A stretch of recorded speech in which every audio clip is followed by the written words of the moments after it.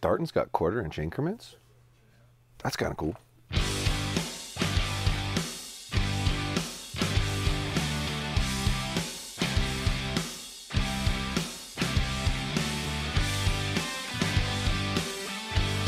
Hello and welcome back to the YouTube channel. MFJJ here with podiumarcher.com, talking about the new Darton Archery Veracity 35. A couple of interesting things they changed on this bow this year. One, 1/4 inch increments. It's a pretty cool little feature.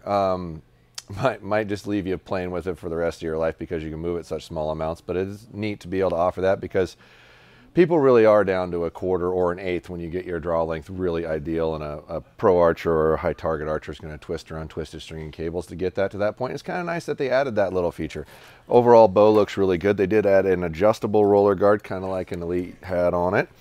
And they were one of the companies that actually drilled and tapped for the Hamskea plate, which I really like to see. They do have both though, so if you're an IMX guy and you just have to have that on there, it'll directly bolt, or the plate for the Hamskea will go on there too. They're saying this bow is 25 to 31 inch in draw length adjustability via 1/4 inch increment, 35 axle to axle, 6 inch brace height, 4.8 pounds, 339 feet a second. It's available in a peak weight of 50, 60, 70, or 80 with a rough 10-pound adjustment range. So let's see how these numbers match up.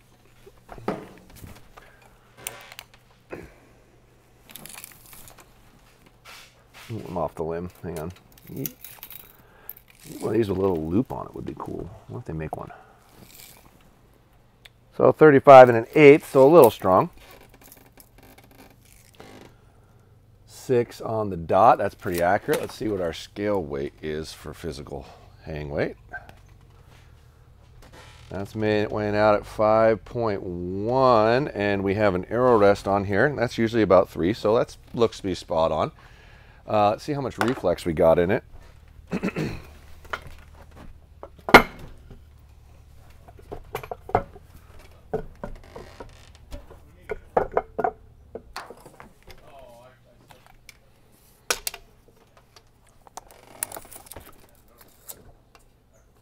Gosh dang it, hold still. Got it.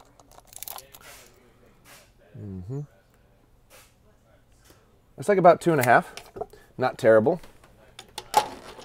But for a 6 inch brace height bow, it's probably standard, pretty close to standard for most bows. All right, this is, let's check our draw weight. Should be 70 pounds. Scaled it downstairs, but let's triple check real quick. 69.5. I'd say that's close enough. See how she feels.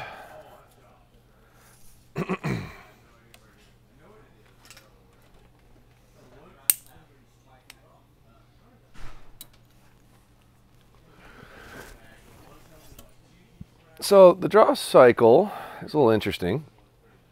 Feels loaded a little bit in the front, tiny little hump in the back, but in between it's not like it's consistent. It's almost like it falls off a little, so I don't think it makes getting into that back hump a little easier. But you know, it could just be at this draw length too. Yeah, there's an interesting transition there.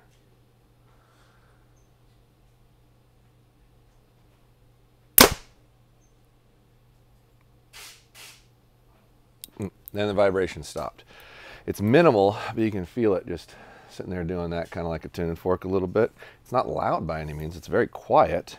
The bow's snappy. It pops over. The noise is gone, but you can still kind of feel the riser vibrating for that period of time. That doesn't mean that it's a bad thing, but it's my job to point out stuff for you guys, and that's what I noticed when I fired it. I felt it continuing to vibrate. A stabilizer of good quality would probably eliminate that relatively easily and probably pretty quickly, but we're trying to shoot these things in a position where they can show their flaws for you.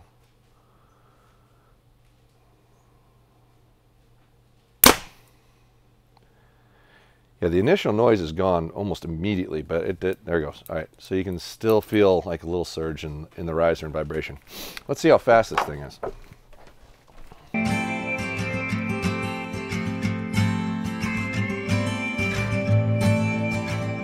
All right, 350 grain arrow, 70 pounds, 30 inches. And I believe these are 85% let off.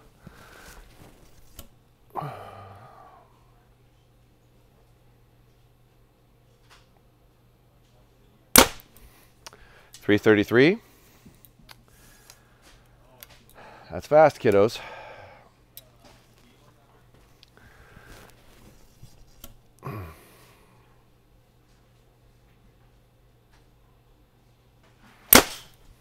.330. Shoot that last one again real quick.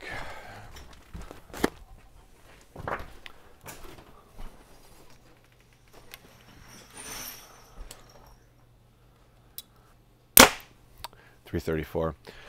I'd say we can probably call that 332, 333, which is 6 feet off of the published speed, which is really good considering everything. There's things you can do to make a bow go faster that don't make it practical to functionally use, which is why we test them in a functional application. And that's pretty darn close. I want to say this bow retails for $9.99 or $10.99, somewhere around there. I can't recall exactly which, but considering what you're comparing it to, if you're comparing it to, you know, $1,200, $1,300 bow, maybe a little bit of a financial savings for you for a bow that feels like it's going to perform in an equivalent manner. It does look like it has the ability to move spacers around and tune the bow in an appropriate manner to be able to shim adjust it. And this allows you to tune as well by increasing or decreasing pressure on the guard. So there's a lot of versatility to tuning the bow outside of moving the rest left to right to try to tune it or changing your arrow spine. So there are some really good features here in this price point.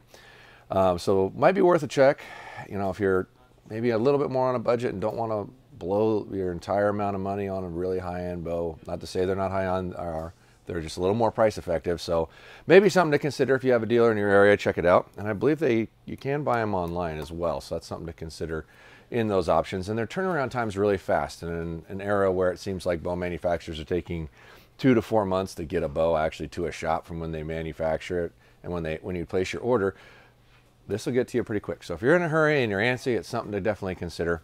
Head on over to the website, check out some products over there. Maybe buy something, maybe not. Comment down below on if there's any other bows you want me to test that I haven't. If I can feasibly, functionally get them, I will. If I can work something out with a manufacturer to ship me one, I will. But all in all, that's actually a pretty good bow. Like I said, a little bit of vibration in it, but a good stabilizer would probably take that out and you probably wouldn't notice, to be honest. So make sure to like and subscribe. Keep coming back. See you later.